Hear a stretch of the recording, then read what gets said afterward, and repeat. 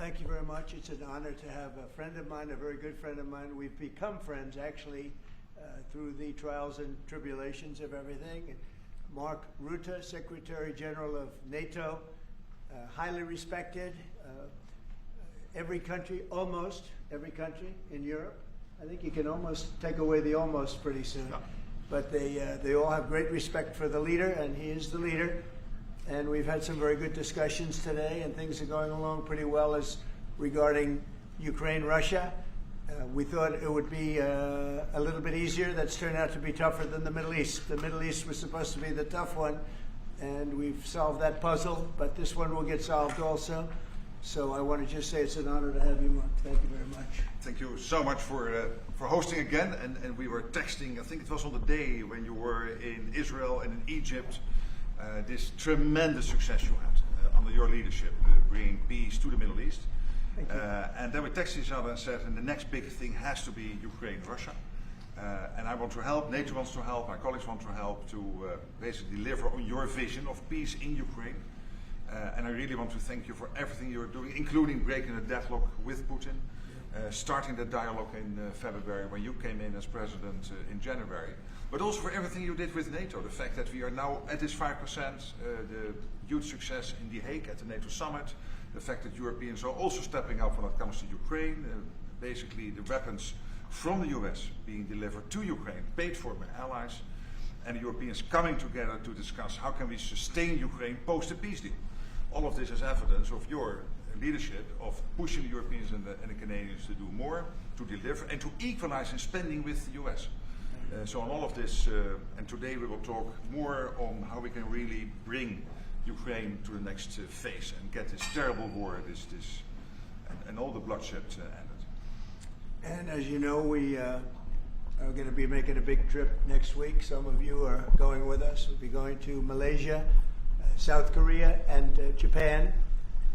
In South Korea, I'll be meeting with President Xi of China. We'll have a pretty long meeting scheduled. We can work out a lot of our questions and our doubts and our tremendous assets together.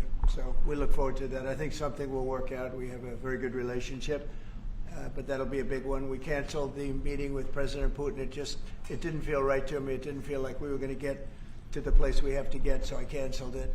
But we'll do it in the future. But next week we'll be with many of you in those locations that I told you. Then it's back to Washington. So thank you very much, everybody. Yeah, please. Mr. President, can you tell us a little bit about why you're elevating sanctions against Russia right now? I just felt it was time. We've waited a long time. I thought that we'd go long before the Middle East. And Mark, as you know, we did the Middle East plus 7. So we did 7 different wars from Pakistan and India to so many. Azerbaijan, Armenia. Which they said was impossible to do. All these wars I did, and the one that we have left, we have 1 left. It'll be 9. We have 1 left, and I think we'll get that done too. I think we're on our way to getting it done. We have to. Yeah. Mr. President, do you have a timeline for when you think the story is going to be over because of your leadership? No, I don't have a timeline. You can't have in war. It's hard to have a timeline. You know, so many things happen in war. Go ahead. What about Tomahawk missiles? Putin is definitely Well, the problem with the Tomahawk that a lot of people don't know, it'll take a minimum of 6 months, usually a year, to learn how to use them. They're highly complex. So the only way a Tomahawk is going to be shot is if we shot it, and we're not going to do that. But there is a tremendous learning curve with the Tomahawk. It's a very powerful weapon, very accurate weapon, and maybe that's what makes it so complex. But it will take a year. It takes a year of intense training to learn how to use it. And we know how to use it, and we're not going to be teaching other people. It's too far out into the future. Yes, Mr. President. Yes, please. I saw, Mr. President, that you said as recently as yesterday that you still believe that Putin wants to end the war. Yeah, Then today I do. You took this step to ratchet the sanctions and put more pressure on him. What else are you going to do to encourage him to get there, or can you explain why you do believe that he wants peace? Yeah, it's a good question. Today is a very big day in terms of what we're doing. Look, these are tremendous sanctions. These are very big. Those are against their 2 big oil companies. And we hope that they won't be on for long. We hope that the war will be settled. We just answered having to do with the various forms of missiles and everything else that we're looking at, but we don't think that's going to be necessary. We would like to see them just take the line that has been formed over quite a long period of time and go and let's go home. Last week they had almost 8,000 soldiers killed. Many Russians were killed last week. Many Ukrainians were killed last week. We think it's ridiculous and would like to have it end. Why do you think you want peace, though? Why do you still believe that? I think they want peace. I think they both want peace at this point. It's been, it's almost 4 years. You're going into 4 years. And if I were president, it never would have started. But yeah, it's time. Mr. President, on the shutdown, do you plan to meet with Democrats before you head to Asia? And if not, why not meet with Democrats? Well, I think it's a shame that it's shut down because we have the greatest economy, as you were saying before. We have the greatest economy in the world right now, by far, the United States. We have almost 18, now it was 17, now it's $18 trillion being poured into our country, and it's no time for shutdowns. I don't think it's affecting what we're doing, but it's too bad for a lot of people. We have a lot of good people that aren't working right now that should be, and it's because the Democrats want to try and renegotiate a deal that they had negotiated. They want $1.5 trillion given to illegal immigrants who came into the country, and it's going to hurt the health care of citizens of our country that have been paying into it, that have been working hard for it, that really deserve it. So we're never going to do that. It's not going to happen. And I will tell you, there are a lot of good Democrats that really want to make a deal. And I think all we need is 5 Democrats because we have a great support on the Republican side. So I think we need 5 Democrats, and there are a lot of them that want to make a deal. So I think at some point, common sense will prevail. Yeah, go ahead, you can finish up. On the drug boat strike in the Eastern Pacific, Yeah. can you explain to us what that was about, how it was conducted? Yeah, who sure. you were? Well, they had one today in the Pacific. And the way I look at it, every time I look, because it is violent, and it is it's amazing that the weaponry, that everyone, they have these boats that go 45, 50 miles an hour in the water. And when you look at the accuracy and the power, look, we have the greatest military in the world. We have the greatest weapons in the world. And you see a little bit of it there. One shot, everyone dead center. And the only way you can't feel bad about it is you realize that you won't feel badly about it, is you realize that every time you see that happen, you're saving 25,000 American lives. Every one of those boats that gets knocked out is saving 25,000 American lives, not to mention the torn up families all over the country. And whenever I see that, I say to myself, I just saved 25,000 lives. I will say that there are very few boats traveling on the water right now. Actually, that includes fishing boats, that includes any other kind of boat. But there are very few boats traveling on the water. So now they'll come in by land to a lesser extent, and they will be hit on land also.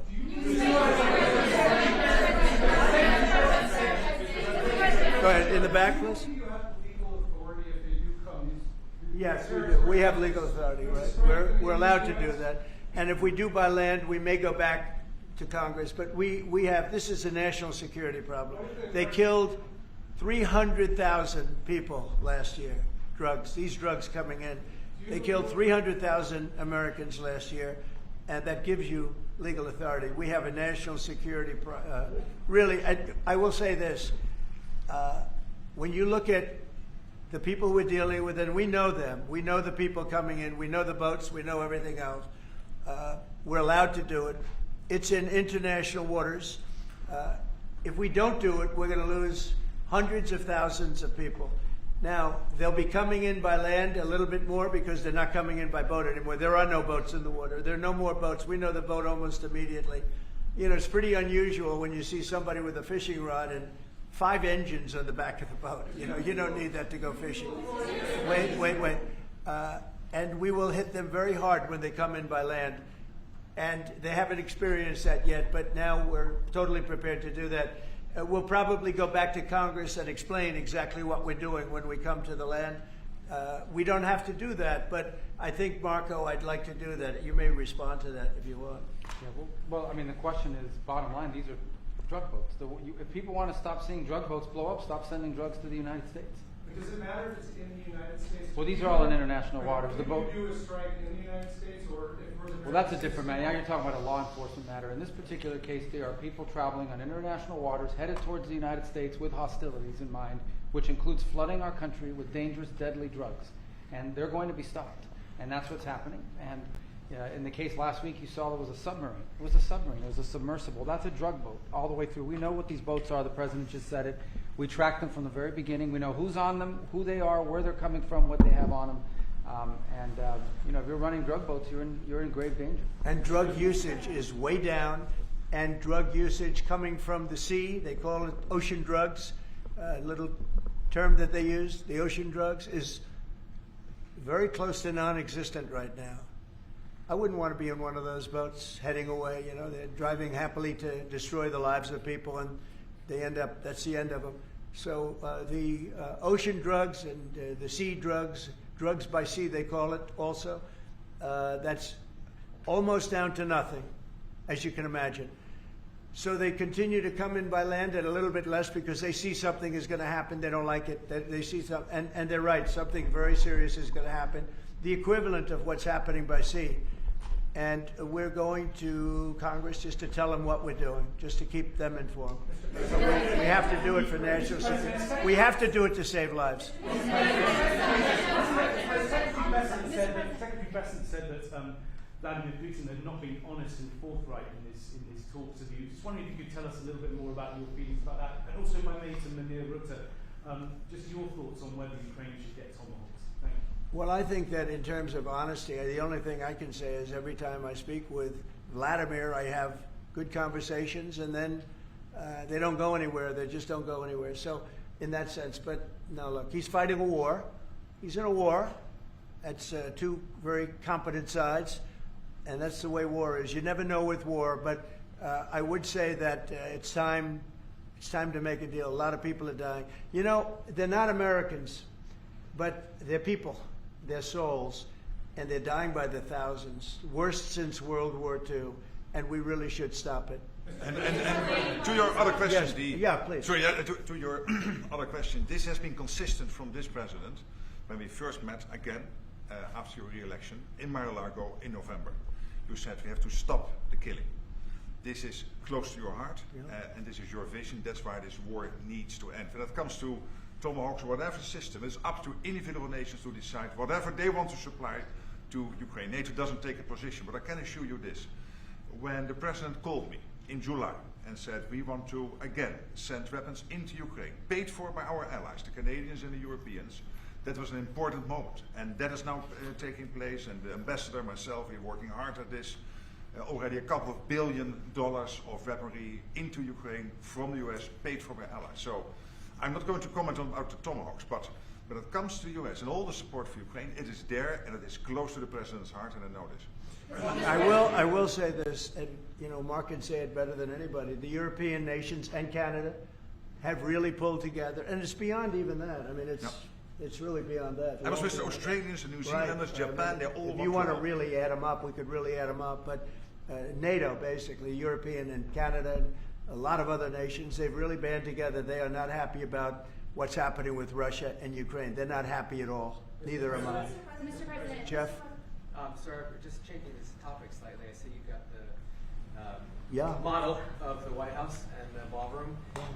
Many people were surprised the entire East Wing is being demolished because you had said initially that the ballroom would just touch or would not. Well, touch certain it. areas What are being, happened? certain areas are being left. We determined that after really a tremendous amount of study with some of the best architects in the world, we determined that really knocking it down, trying to use a little section. The East Wing was not much. There was not much left from the original. It was over the course of 100 years, it was changed. The columns were removed, and it was a much different building. Then a story was added on in 1948, 1949.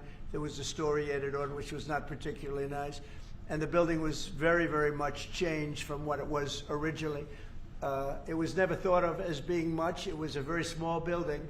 And rather than allowing that to hurt a very expensive, beautiful building that, frankly, they've been after for years. You have that. I brought these along so people could see, but it's, there's a relative Nobody's actually seen anything quite like it. I think it'll be one of the great ballrooms anywhere in the world. It's about $300 million. It's set to do many, many things, including meetings of foreign leaders, including the honoring of foreign leaders. You can see this. This is a plan. If it's got tables so that you honor a foreign leader, we have a proper space. Right now, we have a space that with tables holds about 79 people. And this is a proper kind of a thing. Now, what the White House was doing, as you know, is they were putting tents out on the lawn. This is an interior shot of the ballroom. I think there'll be nothing like it. And it's being paid for 100% by me and some friends of mine, donors to it. The government's paying absolutely nothing. We're also working with the military on it because they want to make sure everything's perfect. And the military is very much involved in this. They want to make sure everything is absolutely beautiful. You can see the kind of interiors that we're talking about. That's an interior of the ballroom. And it's the highest level.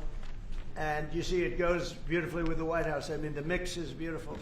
So over the years, many presidents have made changes. This obviously would be the biggest change, but this was something they've wanted for at least 150 years. Many of you have gone to the events where they had, as an example, President Xi, or they had, you know, a leader of one of the countries, including the king and the queen from your favorite country, Absolutely. frankly. But where they'd be honored, and they'd be in a tent out on the lawn, and it would rain, and it was a disaster. Brian's shaking his head. You know what I'm talking about.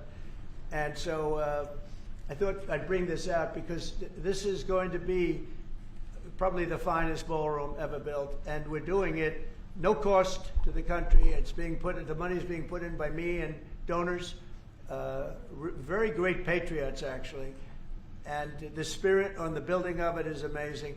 We are using little sections of footings and various other things, but that's sort of irrelevant. In order to do it properly, we had to take down the existing structure. The way it was shown, it looked like we were touching the White House. We don't touch the White House. That's a bridge, a glass bridge, going from the White House to the ballroom. Then you get into the lobby of the ballroom, and then you go into the magnificent, the main room. And it's something that has gotten incredible reviews. And you're just quickly following up on that. Just quickly following up on that, sir. I just want a quick follow up on that question. Your response to people who say that you haven't been transparent enough about this. I haven't been transparent. That some of your critics feel it should have gone for a I've review. shown this to everybody that would listen. Third-rate reporters didn't see it because they didn't look. You're a third-rate reporter, always have been. So third-rate reporters didn't look, but anybody that asked, these pictures have been in newspapers. They've been all over the place, and you know we're very proud of it. It's gotten great reviews. It's gotten really great reviews. So I think we've been more transparent than anybody's ever been. Some critics Why do you think, Mr. President, that the sanctions that you're announcing today will push Putin to the Well, I don't know that they will. I think that they'll certainly have an impact. They're massive sanctions. It's sanctions on oil. The two biggest oil companies, among the biggest in the world, but they're Russian. They do a lot of oil. And hopefully it'll push, hopefully he'll become reasonable, and hopefully Zelensky will be reasonable too. You know, it takes two to tango, as they say, and we're going to find out. They hate each other. These two people hate each other. You know that better than anybody. Yes. And it makes it more difficult than it should be. This should be easier to do. But the level of hatred between Zelensky and Putin is very substantial. Could I add one thing? What the president is doing today with these sanctions is putting more pressure, of course, on both parts, in this case on Russia. It's all about changing the calculus, making sure that Putin understands that the president's vision this weekend of having a ceasefire, stop where they are, as you literally said, that this has to be step one now. And for him to really accept that vision and to come to the table. And then you have to put pressure, and this is exactly what he did today. Along with Europe. I mean, Europe, look, they've actually become friends of mine. I think Yes. all of them. Yeah. We have a very close relationship, and they want to see it end too. They really want to see it end.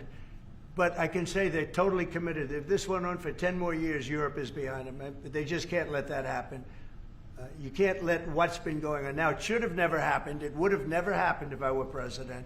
But it did happen. I inherited. This was Biden, a man who was, without question, You take a look at the new walkway, the Presidential Walk of Fame, we call it. Biden is the worst president we've ever had, if he was even a president. The people that surrounded that desk made those decisions. But this should have never happened. It wouldn't have happened. But it did happen. I inherited it. We're going to get it ended, hopefully soon. Yes, please. You had a Truth Social post earlier this afternoon talking about a Wall Street Journal report as a fake story. Yeah, It fake. sort of Wall Street Journal is fake. So this- Less fake on financial than it is on gossip. Can you just confirm that my understanding of what's happening is accurate? As I understand it, that story framed it like we had just lifted the U.S. a restriction on intelligence. No, it said that I gave Ukraine permission to shoot missiles deep into Russia. I didn't do that. Second of all, they're not using our missiles. They're using, I think, European missiles or from someplace, but they're not using ours. And what they do, I don't control that. But I do control our missiles. They're not shooting our missiles in. It was a fake story. Wall Street Journal does a lot of fake stories. Thank you so much. The president of Colombia in a recent interview said that if you won't change, he thinks that people should get rid of you. We're talking about now Columbia, the country, not the university. Yes. Go ahead. He said what? He said that if you won't change, then perhaps you need to be gotten rid of. Do you view that as a threat? Well, he's a thug and bad guy. He's a guy that is making a lot of drugs. We've just, as of today, stopped all payments going to Colombia, the country Colombia. Also, the school Colombia. No, we settled. We made a settlement with him. But no, he's a thug, and he's a bad guy, and he's hurt his country very badly. They're doing very poorly, Colombia. They make cocaine. They have cocaine factories. They grow all sorts of crap that's drugs, bad drugs coming into the United States, goes generally through Mexico. And he better watch it or we'll take very serious action against him and his country. His country is, what he has led his country into is a death trap. Please. Has the Secretary General presented his Ukraine peace plan to you? Are you prepared to be chairman of the board of peace? Oh, there is no Secretary General peace plan. But I'm here for, I really want to correct it because I saw some of that in the media. Of course, many people are thinking how to bring this terrible war to an end and supporting the President in doing that. Why I'm here is to dialogue again with the President how I can be, how NATO, my colleagues and other colleagues in NATO can be of maximum support to get that done. But there is no peace plan on the table.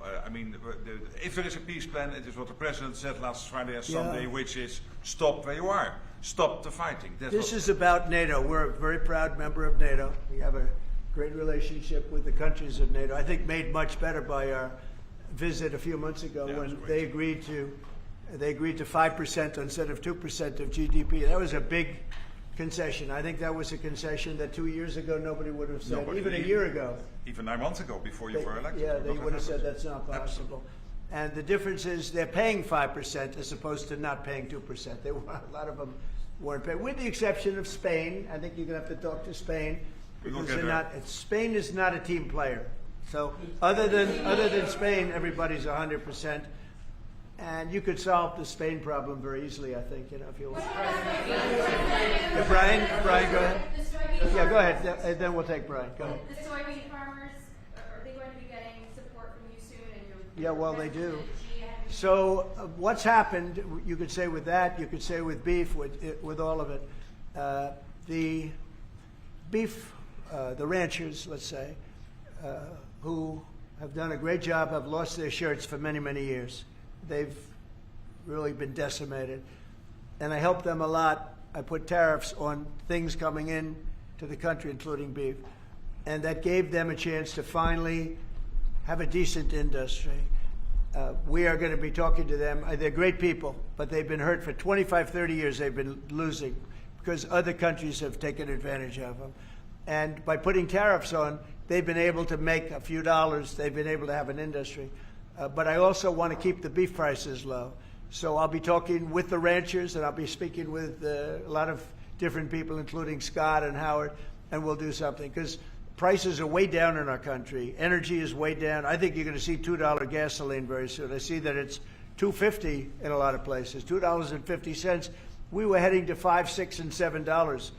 If Biden didn't go back to my policy toward the end, you would have seen. But he didn't go back to the full policy, and he missed the most important thing. So we were up to, we were way up. I think you're going to see $2 gasoline. We couldn't even break that number. That's a big difference. The only cost that's really up is beef, and the fake news only wants to talk about beef. And what I did is I made it possible for those people to survive. They're incredible people. But they were being decimated by other countries, and I didn't want that to happen. So prices are way down, groceries are down, everything's down, energy's way down. Even interest rates with a bad chairman of the Fed. He's terrible. He's a fool. But even interest rates are down. So our country has never done better. We're going to take in, I think, $21 trillion this year.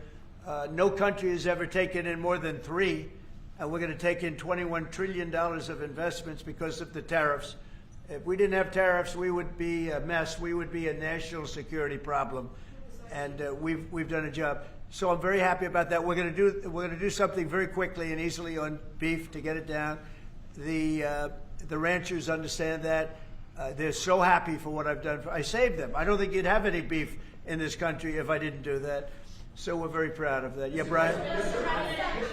Yesterday in Los Angeles, immigration officials were attacked by some protesters. Yeah, sure. In an attempt to arrest an illegal alien. Gavin Newsom, other Democrats, have used very aggressive language in terms of how to address ICE agents out in the field. Is there any responsibility that we can place on Gavin Newsom and other elected officials for using such aggressive language? Well, Gavin has to be careful. Remember that when I first came in, they had a terrible riot in Los Angeles. They had the fires, which shouldn't have happened. They didn't have the water for the fires. They should have had the water coming in from the Pacific Northwest. They didn't have the waters. They didn't have water in the hydrants or the sprinklers. So they had the fires, and then they had the riot. And if we didn't go and take care of that riot, you would have lost Los Angeles. You would have canceled the Olympics, which is because of me in Los Angeles. And the police commissioner, the head of the police, said, if the president didn't come in, we would have lost Los Angeles. We did not have the capability of taking care of it. And he said it very strongly. And we did a great job. And within a week, it was all done. Within one day, it was done. But within a week, it was all done. And then they go back to their normal practice of weakness, of not taking care of criminals, meaning taking care of putting them in jails where they should be. Washington, D.C., and you all are the best people for that, because Washington, D.C. is now one of the safest cities. It was one of the most dangerous cities in the country. Now Washington, D.C., believe it or not, I'm embarrassed to say it in front of you, but Washington, D.C. went from one of the worst, most dangerous cities to you can walk down the street, you can send your child to meet you at a location. Your child is going to be fine. We have a very, very safe city, one of the safest, and very proud of that. Memphis, by the way, is coming along fantastically. We're in Memphis right now. We had the FBI in Chicago. We're doing things. We haven't served Chicago yet. When we do, Chicago will be very quickly a very, very safe city. But if you look at what's happening in Memphis, it's great. But you got to look at Washington. People are coming up to me, people that work in the White House, they're saying, thank you, sir. And I immediately know what they're thanking me about. It's thanking, they can walk to work. They would never walk to work a year ago. They can walk into work and they feel safe and secure, and it's beautiful. And I'll tell you what, it's really an honor to add that great ballroom to the structures in Washington. It's going to be one of the great ballrooms of the world, and I think it's going to be something you're all going to be very proud of. That's coming up with President Xi. What do you hope comes out of that meeting? What deliverables? I think we'll make a deal. I think we're going to make a deal on the rare earth is the least of it. Look, the tariffs are much more powerful than the rare earth. The rare earth is a disturbance, but there's a lot of rare earth around. I'll tell you, I've had more calls on rare earth. We've got it, everybody's. We'll make a deal on, I think, everything. I think we're going to make a deal on soybeans and the farmers. I think we're going to make a deal on maybe even nuclear. President Putin in his call mentioned to me about nuclear, where we do a de-escalation, and I'm fine with that. I think it's good. I think it's a very appropriate thing. We have the most nuclear weapons. Russia's second. China is actually third by a long way, but they'll be even within 4 or 5 years. Too many. and we are talking about de-escalation. That's already being talked about. Can you convince And I think we'll probably add China into the mix. Mr. President, can you convince President Xi to stop purchasing all of that Russian oil that's funding this war against Ukraine? Well, I think I'll be talking to him about it. I think it's a little bit of a different talk. India, as you know, has told me they are stop. You know, it's a process. You can't just stop it. But by the end of the year, they'll be down to almost nothing. That's a big thing. That was almost 40% of the oil. India, they've been great. Spoke to Prime Minister Modi yesterday. They've been absolutely great. China's a little bit different. You know, they're a little bit different relationship they have with Russia. It was never good, but because of Biden and Obama, they got forced together. They should never have been forced together, but they're a little bit forced. But they're by nature, they're not. They can't be friendly. They can't be friendly. By nature, they can, I hope they are friendly, frankly, but they can't be. You should not have forced Russia and China together. And Biden did that, and Obama did that. They forced them together because of energy, because of oil, and so they are closer than they would normally be. I think I'll probably be talking about it. What I'll really be talking to him about is how do we end the war with Russia and Ukraine, whether it's through oil or energy or anything else. And I think he's going to be very receptive. He would now like to. I'm not sure that he did at the beginning. He would now like to see that war end. Do you think Xi plays an important role, Mr. President? Do you think Xi plays an important role in terms of inserting himself and convincing Putin, who he speaks to regularly, to stop the war? Yeah, I do. I think he can have a big influence on Putin. I think he can have a big influence on a lot of people. Look, he's a respected man. He's a very strong leader of a very big country. Yeah, I think he can have a big influence, and we will certainly be talking about Russia, Ukraine. Thank you, Mr. President. Liam Costco Fitzgerald.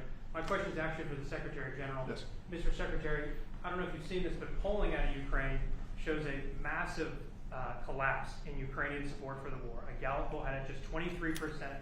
That's less than a quarter. Zelensky came out today praising President Trump's proposal for freezing the front lines of battle as part of a ceasefire. He said that's a good compromise. So people view your coming here as, you're lobbying the U.S. government to continue its involvement in the war. You're obviously lobbying for more NATO weapons to be sent to Ukraine, but Ukrainians themselves don't want to fight the war. So how do you justify that morally? Well, I'm lobbying only for one thing, and that is to make sure that we end this war. And I don't have to lobby the president because we totally agree on this. And this is what he has been doing from day one. Everything he could do to break the deadlock with Putin, get a dialogue going, dialoguing also with Zelensky, and getting this war done. It's crucial. And the fact that the US is now supplying weapons into Ukraine, paid for by allies, is extremely important. And that's now happening since 2-3 months. About 2 billion moving into Ukraine. The war hasn't wound down. Why do you think that'll wind it down now? What do you mean? You think more weapons will wind down the war? No, I mean, there's more to be done. So what you need, what the president said this weekend, stop where you are, so basically do a ceasefire and then have all your discussions about territory and whatever. But first, stop the war. This is what you said on Friday and on Sunday. It's a war. I mean, your question's really a fair one. It's a war that should have never started.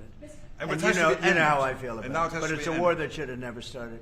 And we're not selling any weapons to Ukraine. We're selling them to NATO, which is different from before. With Biden, he just gave $350 billion worth of weapons and cash right into Ukraine, and that was so foolish. But we sell them to NATO, and in theory, you can do what you want with them. It doesn't have to be Ukraine, but probably it is mostly. No, what nations are doing now is buying from this program and making sure that the supplies in Ukraine, so Europeans and Canadians. And for example, these are interceptors for the Patriot systems, crucial to protect the cities. Today, again, a Russian attack has killed children, at least seriously wounded children in kindergarten in Ukraine. So we need to make sure that the air defense systems are in place, and we need the US systems to do that, and the Europeans are paying for that. And this is exactly the type of actions we needed, and the President is doing that, and trying everything to get this war to an end, starting with the ceasefire. You don't believe that Putin wants to take all of Ukraine? I always felt that way. I always felt he wanted to. When I was in my first term, I was I was very close to him, relatively speaking. It was harder because of the Russia hoax. But I would talk to President Putin about Ukraine, and it was the apple of his eye. I'd say it was the apple of his eye, but it would have never happened. He knew the consequences were too great. When we had a rigged election and all of a sudden I wasn't there, he said, wow. I think he looked at Afghanistan, how horribly that was handled, so stupidly.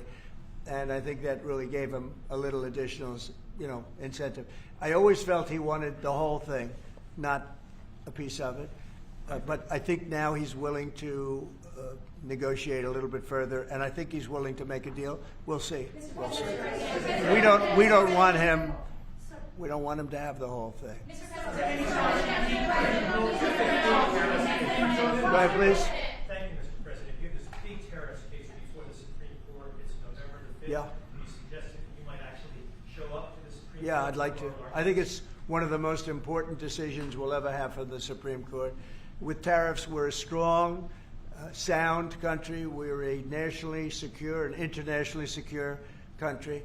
We're a very rich country. Without tariffs, it's a slog for this country, a big slog. I think it's one of the most important decisions in the history of the Supreme Court. And I might go there. I really believe I have an obligation to go there. We are doing so well as a country right now because of tariffs. And you have to understand, tariffs have been used against us for many years, decades. And just slowly but surely hurting our country so badly. That's why we owe $37 trillion. We owe that because other countries have taken advantage of us over many, many decades, And now we're a rich country. We're taking in money like we've never done before. Without tariffs, that would not be happening. And also, I solved, as you know, 8 wars. Of the 8, 5 of them, maybe even 6 of them, are because of tariffs. The threat of tariffs on these nations, if you want to fight, that's okay. India and Pakistan. If you want to fight, that's okay. But you're going to pay tariffs, and they're going to be very substantial. And we're in the midst of a trade deal. And they said, we don't want to do that. 2 days later, they call up, and they're not going to fight anymore. They have peace. But I've done that out of 8, I would say 6 times, 5 times, 6 times. Tariffs are vital to this country.